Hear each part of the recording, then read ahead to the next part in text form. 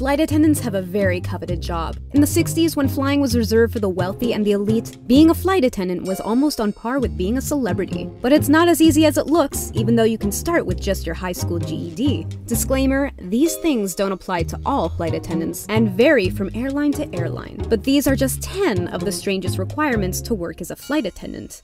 Don't forget to hit subscribe to hear more strange things that we find on the regular. Life is often stranger than fiction. Don't get married or knocked up. Luckily, this rather antiquated requirement has been phased out, but initially, Qatar Airways required inexperienced crew to remain unmarried or unpregnant for the first 5 years of their employment. It almost sounds like some weird, culty Amish practice. What else is required? Beards for the men and no ankle skin showing for the ladies? We'll get to some odd uniform requirements in a bit. But first, Qatar Airways began to run into problems when it would see its newer employees get canned for simply getting married or pregnant in or out of wedlock. Scandalous! This, of course, led to otherwise qualified and skilled staff having to leave their jobs. But Qatar Airways decided to keep up with the times and phased out this almost draconian requirement. It also doesn't hurt that it was condemned by the International Labor Organization. If women get pregnant, they are now offered temporary ground jobs, and staff can get married after notifying their company. That last bit is still kind of strange, though. What do you tell a guy? Oh, I'm old-fashioned. You have to ask my father's permission and tell my boss in order to marry me. I can't think of too many other companies or jobs that care that much about marital status. Beyond, perhaps, the military? Mostly so they can give your spouse lots of free stuff.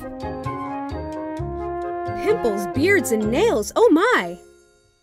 So, there's a reason why flight attendants have a stereotype of looking like part-time models. I personally don't care who hands me my pretzels or shows me how to inflate my emergency floaties. But apparently other people must prefer physically attractive folk to do these very crucial jobs. I wonder if this is in any way related to the marriage restriction we just talked about. Yeah, something tells me I don't want to think too hard on that one.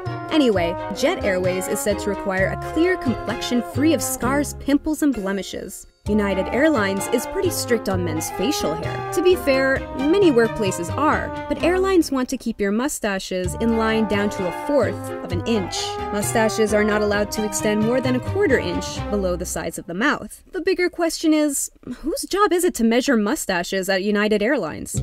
They also won't accept trendy facial hair like soul patches under the bottom lip. Ladies, they're measuring your nails too. Hawaiian Airlines doesn't want your nails to exceed beyond 1/8 of an inch beyond your fingertips. Wouldn't it be easier to say, no nails that belong in the Guinness Book of World Records?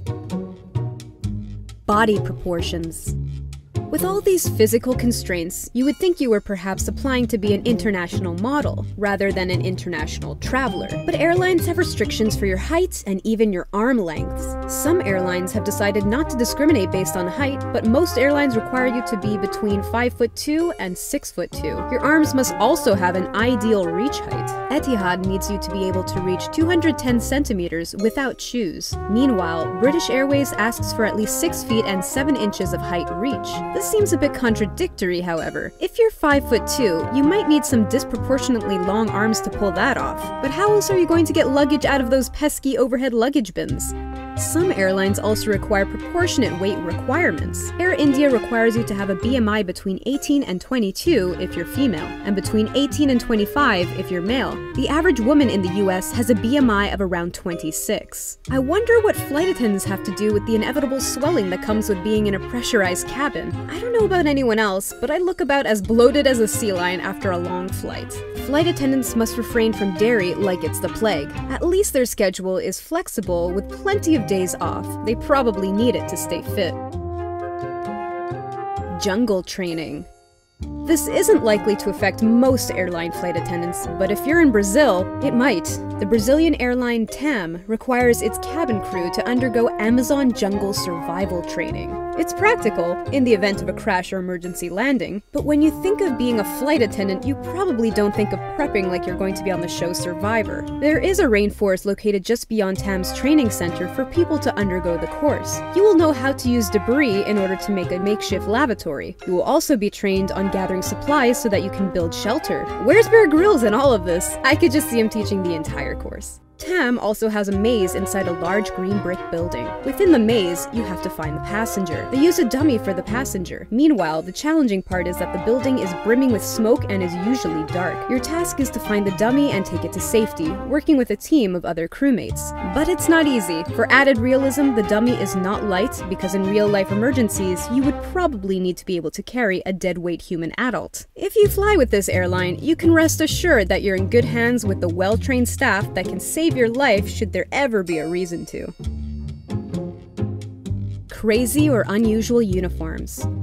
While many mainstream airlines will require uniforms that aren't a bother and are comfortable enough for the maneuvers the job demands, sometimes you might be required to wear a more outlandish outfit as a flight attendant. Nothing as weird as Lady Gaga's iconic meat suit, however, thank God. If you're a hostess for Singapore Airlines, you will be rocking a colorful sarong kebaya. Looks more like something you'd see on the catwalk for an Indonesian fashion show, or perhaps at a cultural event. It's unique and makes the hostesses look completely swan-like, but it's totally impractical. Good luck traversing a jungle or open ocean emergency in it. But they're not the only airline that has embraced a more culturally themed uniform. Lufthansa Airlines revived the Bavarian Dirndl look in 2005. They look prepared to give me a beer at Oktoberfest rather than pamphlets and food on a plane. But I can't complain. Skymark Airlines, however, recently came under fire for giving their hostesses cringeworthy uniforms that were too revealing and too short. Air hostesses of the Tokyo-based airline expressed sexual harassment concerns, and many reported that some passengers tried to take photos looking up their skirts. Luckily, these were only worn for a 6-month trial in 2014. Delivering babies.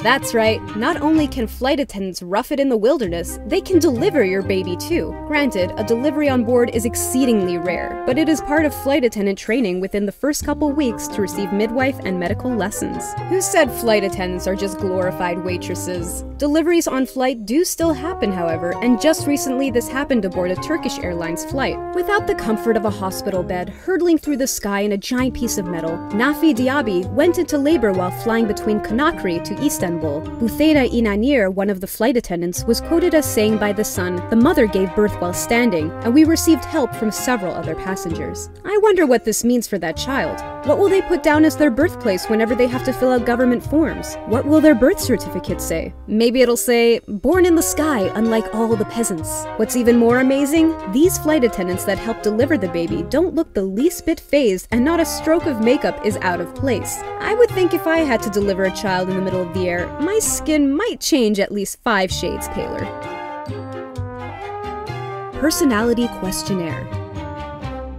Some airlines will have you fill out a personality questionnaire. While this isn't the only industry that will have you do this, some of the questions come across as a bit strange. At least, if you use the psychometric test provided by Metal, they do. One of the questions included in the brief sample test seemed to be asking me about my opinion on democracy. I'm not sure if they were trying to figure out if I was a dirty commie, but I took the sample test for funsies. I wonder what these answers say about my personality. But with 139 questions, the test claims to measure behavioral competencies such as planning and organization, following work procedures, team management, meeting customer requirements, approachability, proactivity, stress management, accountability, problem solving, etc. Airlines can use this test for screening. Ideally, airliners are looking for candidates with positive can-do attitudes. They want people with superb communication skills as well. It makes sense, since you can be thrown into a myriad of potential problems when traveling or flying through the air in a high-tech aircraft. And sometimes, these problems aren't always handled so well. United Airlines. If you want to be a flight attendant, you need to know how to keep your cool. Health exams and physical prowess. While many jobs might want you in general good health, many airlines take this part pretty seriously. Ryanair requires flight attendants to be able to swim at least 20 meters. EasyJet's cabin crew is required to be able to swim at least 25 meters without assistance and to tread water for a whole minute. For those of us that don't use the metric system because we're silly, this is the equivalent of roughly 65 feet. You don't have to be Michael Phelps, but you want to be at least a little Michael Phelps. Alaska Airlines requires flight attendants to be free of all nicotine in their system for at least 6 months prior to submitting their application. It does make sense since there's no smoking on an airplane and you can't exactly step outside. Canada WestJet also wants to make sure you can lift. bro. Specifically, they want you to successfully pass a functional assessment, and you must be able to lift 50 pounds from floor to waist and 22 pounds overhead. Just bench press several toddlers several times a week and you should be fine for the job. Air New Zealand wants their flight attendants to undergo an actual medical examination. And Etihad requires flight attendants to comply with UAE and GCAA visa, medical and health screening requirements. But you should be fine there so long as you don't have tuberculosis, hepatitis, or HIV. Getting asked for strange items in flight. Every job that includes dealing with people is usually going to have its facepalm moments. Moments that make any reasonable human being stop in their tracks and wonder in awe how the other human talking to them has managed to not earn a Darwin Award yet. In an online series, Confessions of a Fed-Up Flight Attendant, a stewardess that uses a fictitious pen name Betty for anonymity wrote about the weirdest items passengers have requested from her. Perhaps the most disturbing request she had received was being asked for a cup, lid, straw, and a knife. Now, this sounds dubious and like the person was trying to make a DIY bomb. But luckily, or not so luckily, the passenger was trying to make a catheter. A passenger also asked her for a screwdriver to take the seat apart. This is why we can't have nice things. And hemorrhoid cream. Yep, she'd also been asked for hemorrhoid cream, along with diapers, deodorant, tweezers, and toenail clippers. Apparently, several passengers mistook her for a CVS pharmacy. If you seek out a flight attendant job, it is another one of those jobs where you will often have to deal with adult babies who don't understand or appreciate that you are there mostly for their safety. Strict ponytails and no colorful hair. With colorful hair trends being the go-to thing of urban and sometimes rural millennials, you would think that more businesses would be open to allowing their employees to sport the extra flair. Unnaturally colored hair used to be a style reserved largely for punk rockers, emos, and the like, but now you can see it advertised by many beauty gurus. The ability to create stunning artistic looks that are also beautiful has also expanded. But if you want to be a flight attendant, you won't be able to take part in the fun. Womp womp womp. Hawaiian Airlines says in their requirements that unacceptable hairstyles include, but are not limited to, extreme or unnatural colors. In other words, pink, purple, top knots, dreadlocks, cornrows, and mohawks. Personally, I think an airline would be a little bit more fun if the flight attendants could sport some unusual looks. But a requirement from JetBlue is a bit more surprising. They want to restrain even your ponytails. I quote, "A ponytail may be secured behind the ears and centered on the back of the head. The ponytail should be no higher than the tops of the ears and no longer than the tops of the shoulders." If you want to have fun hair, you can go work at Hard Rock. That's it for today's list, and I hope you enjoyed learning about strange things some flight attendants have to comply with or put up with, and that's all on top of the jet lag. Take a moment to appreciate your flight attendants next time you fly. Oh, and don't forget to subscribe for more wacky content here at The Wacky.